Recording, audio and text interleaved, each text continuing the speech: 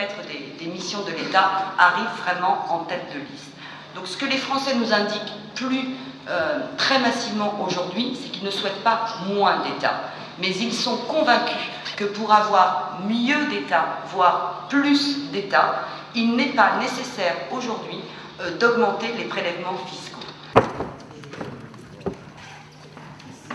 L'État à la française réduit les idéologies, impose sa rationalité, met un terme aux mobilisations, rompt les allégeances partisanes, ainsi que les loyautés périphériques et identitaires.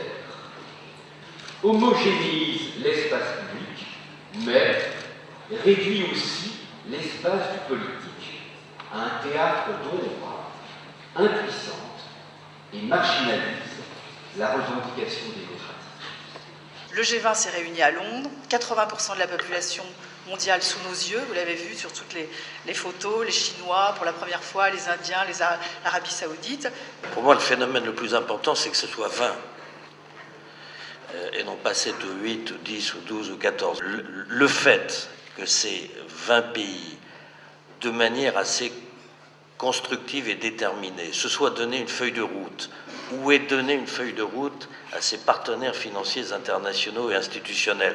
Alors on peut discuter après de la vitesse des différentes mesures, de son mode d'organisation. C'est extraordinaire que le lendemain d'un G20, même s'il y a un hasard des calendriers, on soit nous ici en France, dans un des palais de la République, à se poser la question si l'État sauvera le monde de la crise. C'est-à-dire qu'on en est encore dans notre pays, je pense, totalement autocentré sur notre formidable nombril bleu, blanc, rouge, et en se disant, est-ce que l'État, la France, à la limite, va sauver de la crise? Et bien, la réponse, c'est non. La réponse, c'est non. La preuve, votre question. C'est-à-dire que votre question, elle est, est-ce que le G20 est un changement important? Est-ce que le G20 est de nature de nous sortir de la crise? Ce qui veut dire, en déduction, que l'État, un État français ou un pays lui-même, ne peut pas nous sortir de la crise. Il y a un sujet urgent, c'est la relance proprement dite, c'est-à-dire faire redémarrer l'économie. Alors, il ne faut pas non plus se raconter l'histoire. En économie, l'action rapide, elle ne se fait pas au niveau international, elle se fait au niveau national.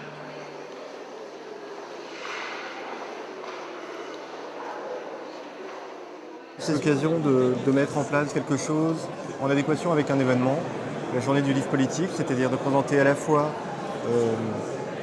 une image de ce qu'est l'actualité politique aujourd'hui à travers le livre, aussi bien politique française que politique mondiale. Reprendre les débats de société qui concernent la sociologie, la société contemporaine ou l'économie avec la crise actuelle. Ce sont des points importants.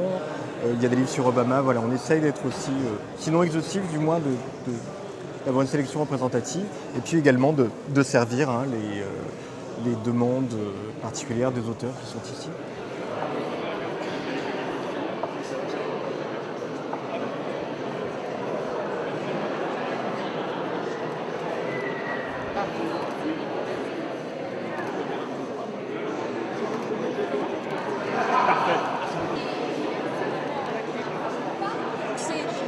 Sorte d'itinéraire sur la politique en train de se faire, avec ce qui est intéressant, c'est-à-dire quelqu'un qui est de gauche, qui vient de la gauche, qui porte un projet de gauche et qui tente de le mettre en place et qui finalement le met en place avec l'appui de la droite. Donc c'est un peu cet itinéraire dans cet univers tourmenté et parfois contradictoire de droite-gauche.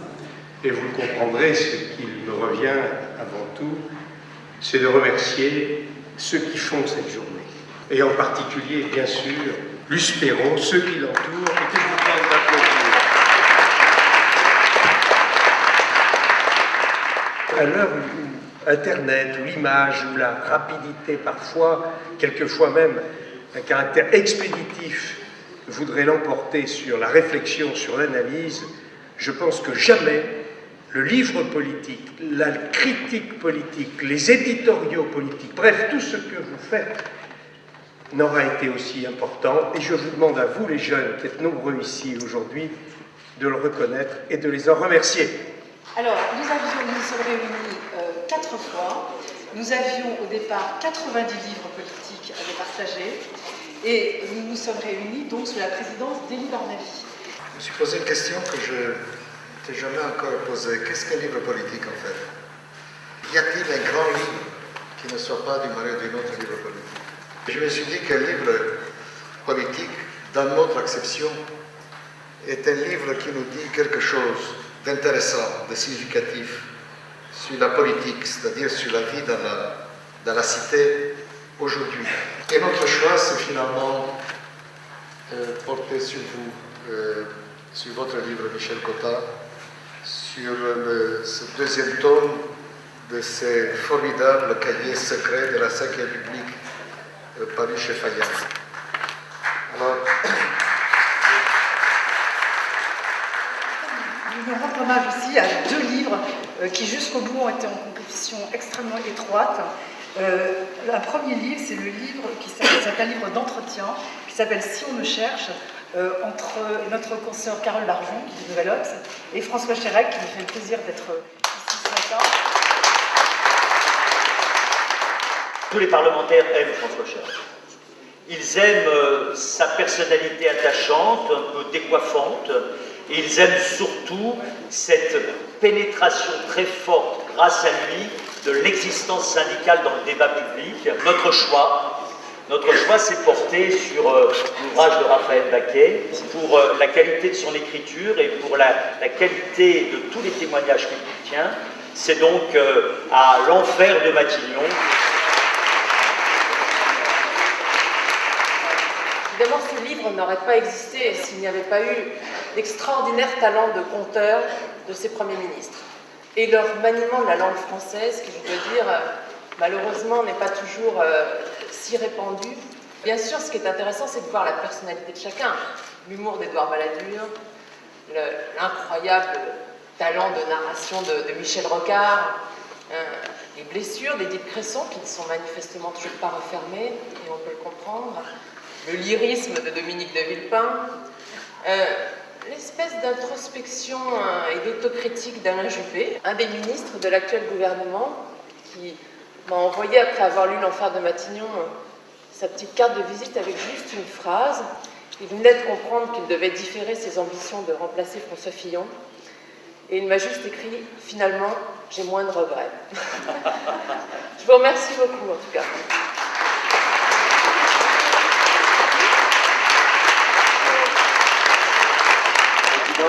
Ici un peu en... Voilà, merci.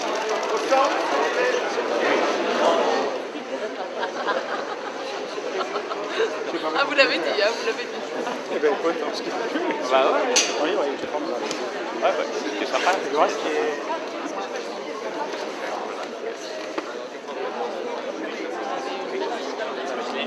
Mais le chef, il vous l'envoyer avec ça.